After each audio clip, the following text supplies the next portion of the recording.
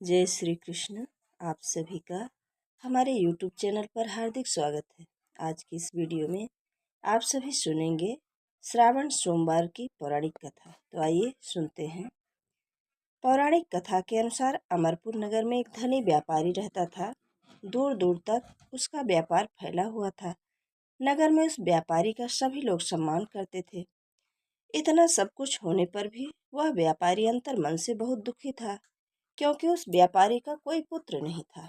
दिन रात उसे एक ही चिंता सताती रहती थी, उसकी मृत्यु के बाद उसके इतने बड़े व्यापार और धन संपत्ति को कौन संभालेगा।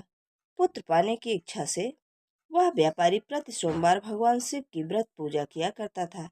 सायंकाल को व्यापारी शिव मंदिर में जाकर भगवान शिव के सामने घी का दीपक जलाया करता था।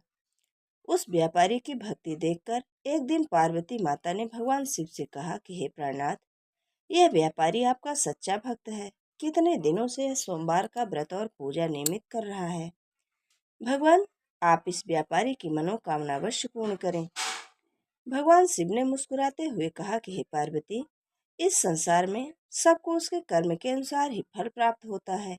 प्राणी जैसा कर्म करते हैं उन्हें वैसा ही फल प्राप्त होता है। इसके बावजूद पार्वती नहीं मानी। उन्होंने आग्रह करते हुए कहा कि हे प्राणनाथ, आपको इस व्यापारी की इच्छा पूर्ति करनी ही पड़ेगी। यह आपका अनन्य भक्त है।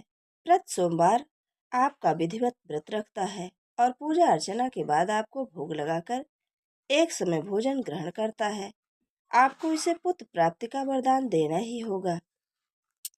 पार्वती का इतना आग्रह देखकर भगवान शिव ने कहा, तुम्हारे आग्रह पर मैं इस व्यापारी को पुत्र प्राप्ति का वरदान देता हूँ, लेकिन इसका पुत्र 16 वर्ष से अधिक जीवित नहीं रहेगा। उसी रात भगवान शिव ने स्वप्न में उस व्यापारी को दर्शन देकर उसे पुत्र प्राप्ति का वरदान दिया और उसके पुत्र के 16 वर्ष तक जीवित रहने की बात भी बताई। भगवान के वरदान से व्यापारी को खुशी तो हुई, लेकिन पुत्र की अल्पायु की चिंता ने उस व्यापारी को दुखी कर दिया। व्यापारी पहले की तरह सोमवार का विधिवत व्रत करता रहा। कुछ महीने पश्चात उसके घर अति सुंदर पुत्र उत्पन्न हुआ। पुत्र जन्म से व्यापारी के घर में खुशियां भर गईं। बहुत धूमधाम से पुत्र जन्म का समारोह मनाया गया। व्यापारी को पुत्र जन्म की अधिक खुशी नहीं हुई, क्योंकि उसे पुत्र की अल्प आयु के रहस्य का पता था। यह रहस्य घर में किसी को नहीं मालूम था। विद्वान ब्राह्मणों ने उस पुत्र का नाम अमर रखा। जब अमर 12 वर्ष का हुआ तो शिक्षा के लिए उसे वाराणसी भेजने का निश्चय हुआ। व्यापारी ने अमर के मामा दीपचंद को बुलाया और कहा कि अमर को शिक्षा प्राप्त करने के लिए वाराणसी छोड़ आओ। अमर अपने मामा के साथ शिक्षा प्राप्त करने के लिए चल दिया। रास्ते में जहाँ भी अमर और दीपचंद रात्रि में विश्राम के लिए ठहरते, वहीं यज्ञ करते हुए ब्राह्मणों को भोजन कराते थे। लंबी यात्रा के बाद अमर और दीपचंद एक नगर में पहुंचे। उस नगर में राजा की कन्या के विवाह की खुशी में पूरे नगर को सजाया गया था।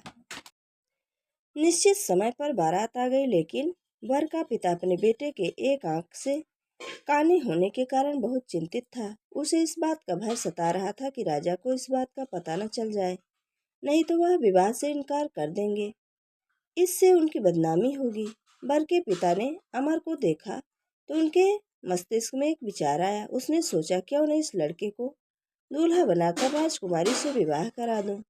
विवाह के बाद उसको धन देकर विदा कर दूंगा और राजकुमारी को अपने नगर ले जाऊंगा। वर के पिता ने इसी संबंध में अमर और दीपचंद से बात की। दीपचंद ने धन मिलने के लालच में वर के पिता की बात स्वीकार कर ली। अमर को दूल्हे के रूप में वस्त्र पहनाकर राजकुमारी चंद्रिका से विवाह करा दिया गया। राजा ने बहुत सा धन देकर राजकुमारी को विदा किया। अमर जब लौट रहा था तो सच नहीं छिपा सका और उसने राजकुमारी की ओढ़नी पर लिख दिया, राजकुमारी चंद्रिका, तुम्हारा विवाह मेरे साथ हुआ है। मैं तो वाराणसी शिक्षा प्राप्त करने के लिए जा रहा हूँ। अब तुम्हें जिस नवयुवक की पत्नी बनना पड़ेगा वह कान्हा है। जब राजकुमारी ने अपनी ओढ़नी पर लिखा हुआ पढ़ा तो उसने काले लड़के के साथ जाने से इनकार कर दिया। राजा ने सब बातें जानकर राजकुमारी को महल में रख लिया। उधर अमर अपने मामा दीपचंद के साथ वाराणसी पहुंच गया। अमर ने गुरुकुल में पढ़ना शुरू कर दिया। जब अमर की आयु 16 वर्ष पूर्ण हुई तो उसने एक यज्ञ किया। यज्ञ की समाप्ति पर ब्राह्मण को भोजन कराया और खूब अन्न वस्त्र दान दिए। रात को अमर अपने शयन कक्ष में सो गया। शिव के वरदान के अनुसार शयनावस्था में ही अमर के प्राण पखेरु उड़ गए। सूर्योदय पर मामा अमर को मृत देखकर रोने पीटने लगा। आसपास के लोग भी एकत्र होकर दुख प्रकट करने लगे। मामा के रोने विलाप करने के स्वर समीप से गुजरते हुए भगवान शिव और माता पार्वती ने भी सुने। पार्वती जी ने भगवान से कहा कि प्राणनाथ, मुझसे इसके रोने का स्वर सहन नहीं हो रहा। अब आप इस व्यक्ति के कष्ट अवश्य दूर करें। भगवान शिव ने पार्वती जी के साथ अदृश्य रूप में समीप जाकर अमर को देखा तो पार्वती जी से बोले, पार्वती, यह तो उसी व्यापारी का पुत्र है। मैंने इसे 16 वर्ष की आयु का वरदान दिया था।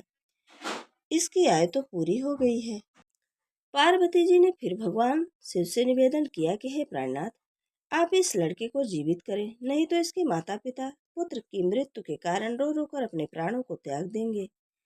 इस लड़के का पिता तो आपका परम भक्त है, वर्षों से सोमवार का व्रत करते हुए आपको भोग लगा रहा है। पार्वती जी के आग्रह करने पर भगवान शिव ने उस लड़के को जीवित होने का वरदान दिया और कुछ ही पल में वह जीवित होकर उठ बैठा। शिक्षा प्राप्त करके अमर मामा के साथ अपने नगर की ओर चल दिया। दोनों चलते हुए उसी नगर में पहुंचे जहां अमर का विवाह हुआ था। उस नगर में भी अमर ने यज्ञ का आयोजन किया। समीप से गुजरते हुए नगर के राजा ने यज्ञ का आयोजन देखा। राजा ने अमर को तुरंत पहचान लिया। यज्ञ समाप्त होने पर राजा अमर और उसके मामा को महल में ले गया और कुछ दिन तक उन्हें महल में रखकर बहुत सा धन वस्त्र सब कुछ देकर राजकुमारी को विदा किया। रास्ते में सुरक्षा के लिए राजा ने बहुत से सैनिकों को भी साथ भेजा।